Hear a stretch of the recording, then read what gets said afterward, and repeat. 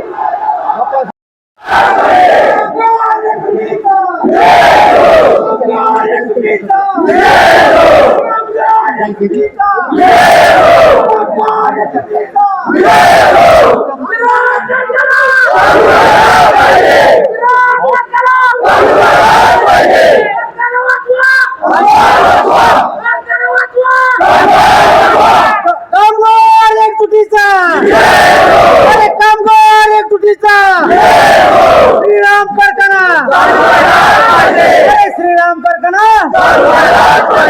कारखाना आमच्या हक्काचा,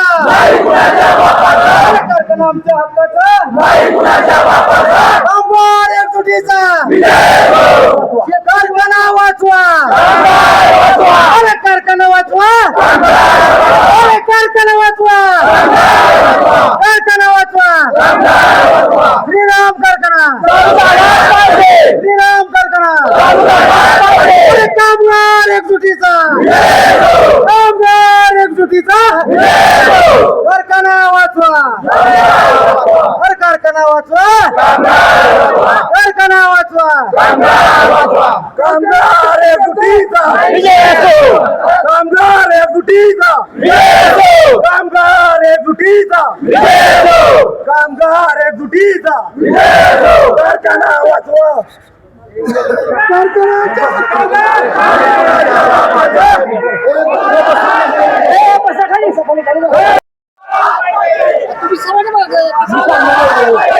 पुढे मी नाही कारखाना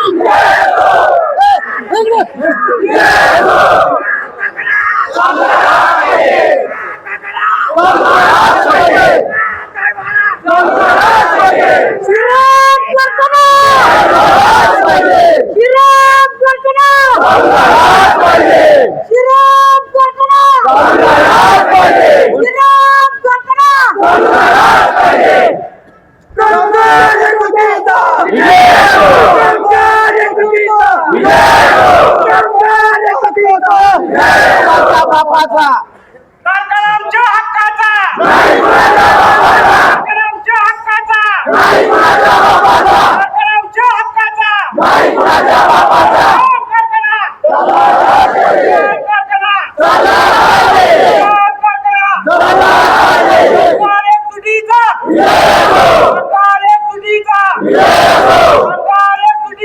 कारखाना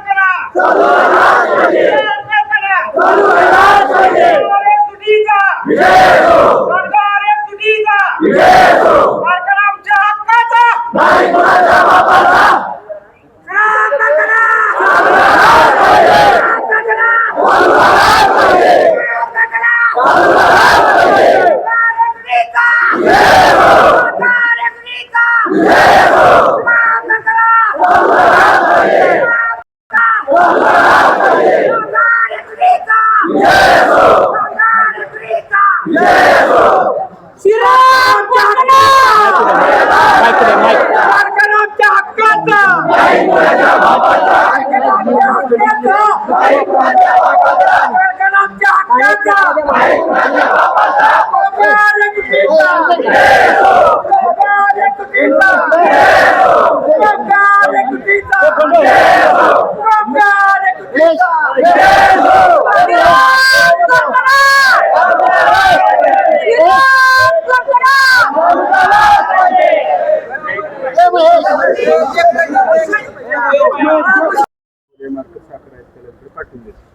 काय हरकत नाही सर, पण आमच्या विनंतीला आपण मान देऊन इथे उपस्थित राहायला आणि आमचं समाधान केलं तर ह्यात जास्तीत जास्त आपण प्रयत्न करून आम्हा कामगारांना सहकार्य करावं एवढीच अपेक्षा आमच्याकडून आहे.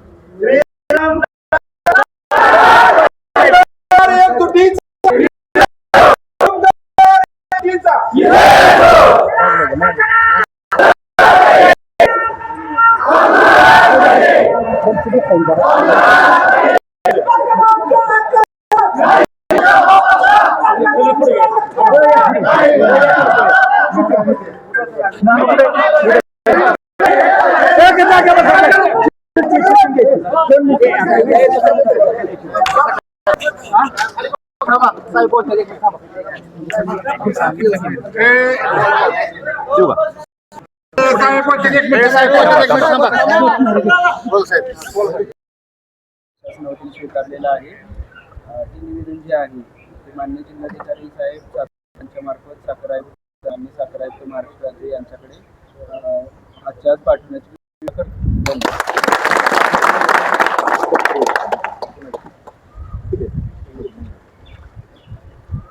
कामगारांना विनंती आहे की आपलं काम संपलेलं आहे तरी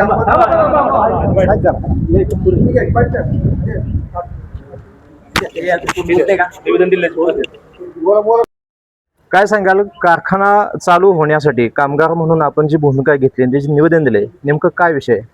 कारखाना चालू होण्यासाठी जे विशेष सर्वसाधारण सभा व्यवस्थापनाने जे विशेष सर्वसाधारण सभा आणि हायकोर्टचे जे निकाल होते त्याप्रमाणे प्रस्ताव सादर केले.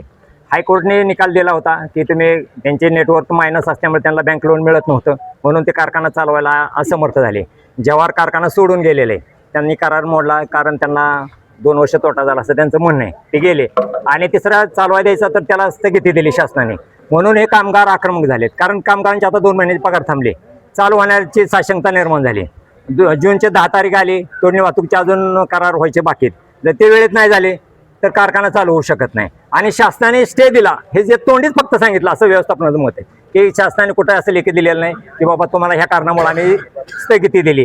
हे दिनांक 28 मेच्या स्तरीय पेपरला बातमी होती की बाबा कारखान्याला स्टे दिले असे समजते.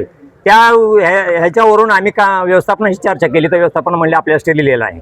मग त्यांच्याकडे काय लेखी वगैरे त्यांनी काय दिलेलं नाही साखर आयुक्तांनी. तर त्या लवकरात लवकर निर्णय होऊन शासनाने त्वरित परवानगी द्यावी आणि आमचा कारखाना पूर्णपणे व्यवस्थित चालावा अशी आमची मागणी आहे. नाही झालं तर आम्ही पुढं यापेक्षा अजून उग्र आंदोलन करू आणि त्या सहकुटुंब करू अजून. म्हणजे असं आम्ही कामगार फक्त नाही, सहकुटुंब सहपरिवार उग्र आंदोलन करणारे आमची अशी तयारी केलेली आहे. या ठिकाणी पाठीमाग हजारोंच्या संख्येमध्ये कामगार दिसत आहेत. एकंदरीत जर पाहिलं तर कारखान्याचं जे व्यवस्थापन आहे किंवा कारखाना ज्या व्यक्तीला चालवाय दिलेला आहे ह्यांच्यामधील तो करार संपुष्टात आलेला आहे. परंतु शासनाची भूमिका जी नेमकी आहे ती संशयास्पद तुम्हाला वाटते का? संशयास्पद वाटते म्हणजे शासनाने असं काही लेखी दिलेलं नाही. बरं. फक्त शासनाने तोंडी सांगितलं, साखर आयुक्तांना सांगितलं, वर्ण आदेश आहे, साखर आयुक्त व्यवस्थापनाला म्हणले किंवा वर्ण आदेश आहे आम्हाला तिथे थांबवा म्हणून. तोंडी आदेशावरून अशा पद्धतीनं कारखान्याला स्टे देता येतो का? नाही ना, पण ते त्याच्यावर त्यांनी थांबा सांगितले. पेपरला बातमी बातमी एखाद्या वृत्तपत्रानं एखाद्या माध्यमातून जर एखादी अशी बातमी आली तर ती अधिकृत असण्याची शक्यता असू शकते. असू शकत नाही, परंतु त्या बातमीच्या आधारे आमचे व्यवस्थापन साखर आयुक्तांच्याकडे गेले. बातमी आल्यानंतर त्यांना भेटले, त्यांनी सांगितलं तुम्हाला स्टे दिलेला आहे, तुम्हाला थांबावं लागेल. मग त्यानंतर व्यवस्थापन मुख्यमंत्री साहेब वगैरे त्यांच्या काय बैठका चर्चा झाली असतील ते काय चालू आहे त्यांच्या पद्धतीनं. परंतु अजून त्याचे दिवस लांबच चाललेत. आज 10 तारीख आली उद्या, मग आम्हाला अडचण यायला लागली ना, म्हणून आम्ही हे पाऊल उचलतो. निश्चितपणे आपल्या भावना तीव्र आहेत. पोटावरती जर पाय एखाद्या गोष्टीमुळे येत असेल, संक्रांत एक प्रकारची कामगारांच्या पूर्ण कुटुंबावरती या पद्धतीनं शासनाच्या दिरंगाईमुळे होत असेल तर निश्चितपणे आपल्या भावना आक्रमक होणं स्वाभाविक आहे. येणाऱ्या काळामध्ये आपण ह्या निवेदनाच्या माध्यमातून प्रशासनाला कोणता इशारा दिलाय? या निवेदन आम्ही परवा 1 तारखेलाच आम्ही मुख्यमंत्री साहेब, दोन्ही उपमुख्यमंत्री साहेब, साखर आयुक्त, सहकार आयुक्त, कामगार मंत्री, सहकार मंत्री, कलेक्टर साहेब, SP साहेब सातारा जिल्हा, प्रांत साहेब, सर्वांना आम्ही हे निवेदन दिलेलं. आमच्या युनियनला सुद्धा आम्ही सगळ्यांना निवेदन दिले. यातून आम्हाला एकच सूचित करायचं, तुम्ही वेळेत जर निर्णय घेतला तर आम्हाला अजून आक्रमक पाऊल उचलावं लागतील. मग त्यातून आमच्या जीवनमानाचा प्रश्न निर्माण झाला आहे. त्यामुळे आम्ही कुणीही गप्प बसणार नाही हे नक्की. कारखाना कसल्याही परिस्थितीत सहयोगी तत्व म्हणा काय, पण तो चालू झाला पाहिजे हा नक्की.